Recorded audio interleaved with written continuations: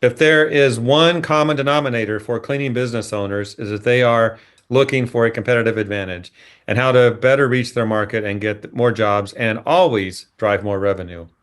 And a little profit at the end of the day doesn't hurt either. Well, today I'm pleased to welcome a frequent guest, a friend of mine, John Clendenning, the founder and CEO of Carpet Cleaner Marketing Masters, to talk about this. John, welcome. Hey, thanks, Jeff, for having me again. So let's dig into today's topic. Thinking about the idea of marketing your company online, the digital world. Your book emphasizes the importance of organic online marketing. I mean, I see free in that word, Mhm. organic. But once that's in place, you recommend adding paid advertising. So could you give us an overview of why carpet cleaners, really any business owner, should consider paid online advertising as part of their marketing mix?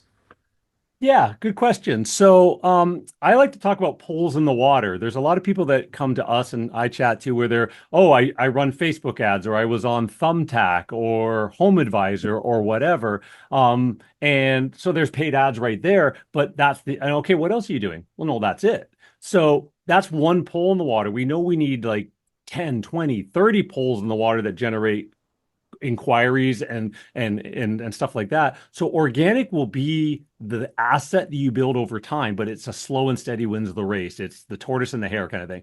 And while you're waiting for that to happen, paid ads are the sort of like the sprinkle on top, the icing on the cake. They're never going to hit the volume of what you're going to get out of organic, but they're targeting ready to buy buyers right now. Google ads are only show to people that typed in, I need to find a carpet cleaner near me or whatever the service is.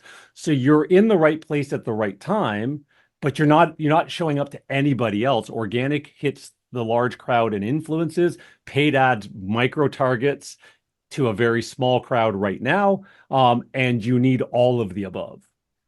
Let's talk about how to do it. How can carpet cleaners best utilize that three-letter PPC, pay per click, that costs Yep. money, advertising platforms, and Google Ads used to be called AdWords, now it's Yeah. Google Ads. Yeah. Talk about that. How can they generate leads effectively? Okay, so it is a very data centric game. So you need to understand data. You do not turn on the smart ads and just let Google figure it out. Google has figured out how to take your money and they're really good at it. And one of the ways is don't do anything, let them do it them for you.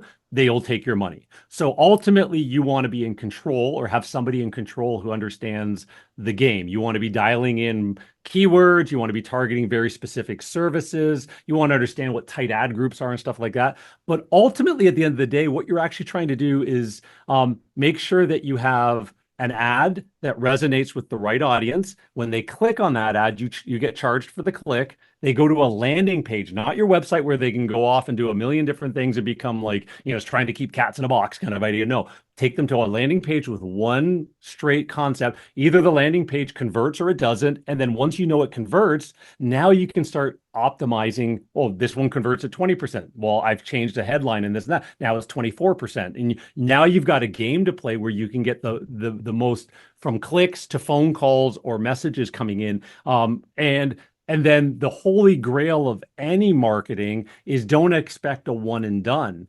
If you are running ads in any way, shape, or form, whether it's the old days and you and I used to run postcards and flyers and all that kind of stuff, and still some of that still works today. Do you have a follow-up plan? Because when somebody reaches out to you, they might not be ready to buy now. You've just piqued their interest. That's Chet Holmes, the secret sales machine or whatever it's called, 101. There's only 3% ready to buy, 7% of the marketplace that's interested in thinking, and another full 30% that's willing to hear your message.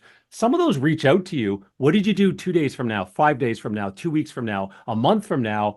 If they didn't say yes, are you chasing them down? And just with good, honest content. If you don't have a plan in place for lead nurture, then your paid ads are going to be weak. You might only land 2 out of 10 inquiries right now, but the other five to make it 7 out of 10 are going to come down the road if you stay in touch with them. So you better have a good follow-up plan, at least a call the next day and 3 days later. But I say it should go on perpetually forever. You have that in place, paid ads can be your, another pole in the water that becomes its own golden goose as well.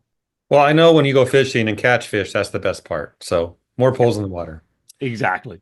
So Some watching our program, John, might be like, I don't really want to do Google Ads. What about platforms like Facebook and Instagram? Can some of this tie into that?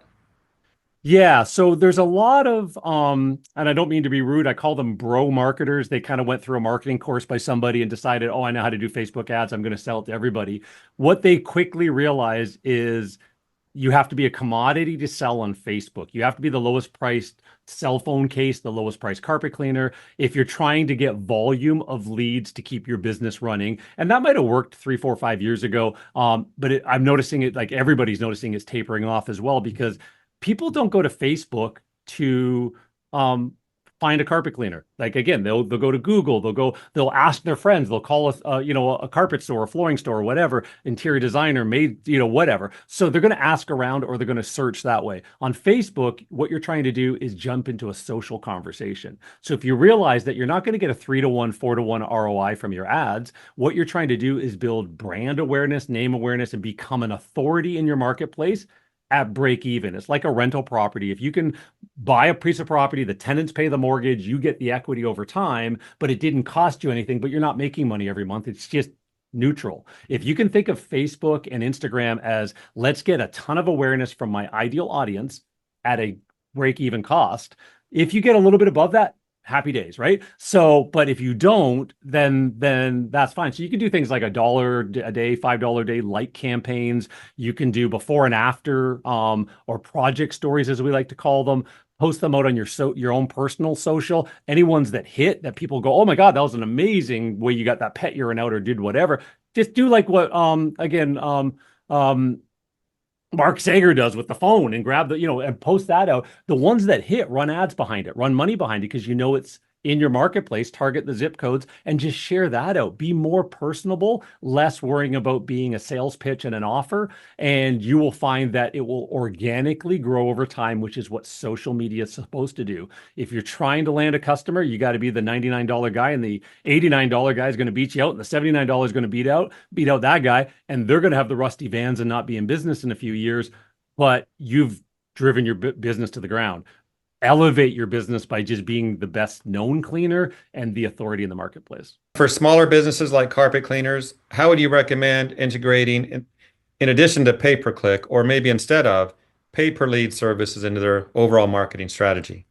Yeah, so pay per lead has got it. Like, I mean, people have tried Thumbtack. Again, we go back to that same conversation. Now, all of a sudden, Thumbtack and Home Advisors and some of these pay per lead services, what they do is they kind of give the same lead, Barks another one, 2, 3, 4, 5 different businesses, and you all have to compete quickly. And now you're a commodity again. And why you can't put that differentiation, why you're different than somebody else.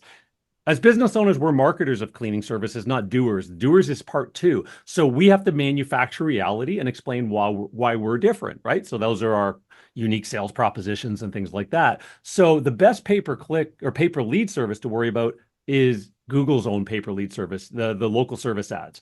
You run those in a very strategic way.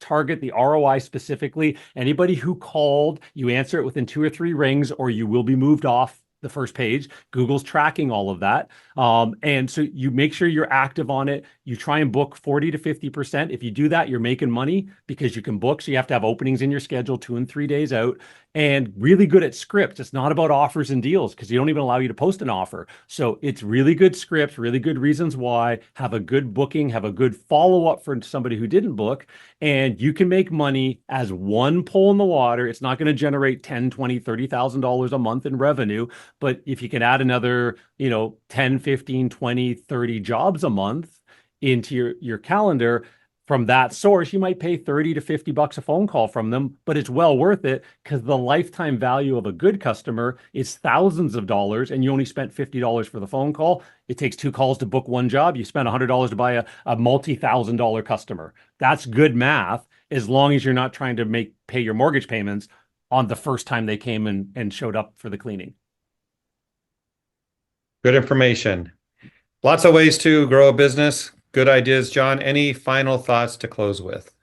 I think really the final thought, your whole idea behind marketing is you want to maximize your opportunities to generate an ideal qualified lead, maximize your brand impressions in the marketplace so you become the best known cleaner, and then really think about maximizing conversions. You can do those two well, and if you don't think about conversions, you might only convert 2 out of 10 people into a customer, and somebody else with the exact same inquiries from the exact same people would convert 7 or 8 out of 10. And that difference is the difference between a easily run business that makes you money and builds your lifestyle and one that's a struggle. So conversions are really important.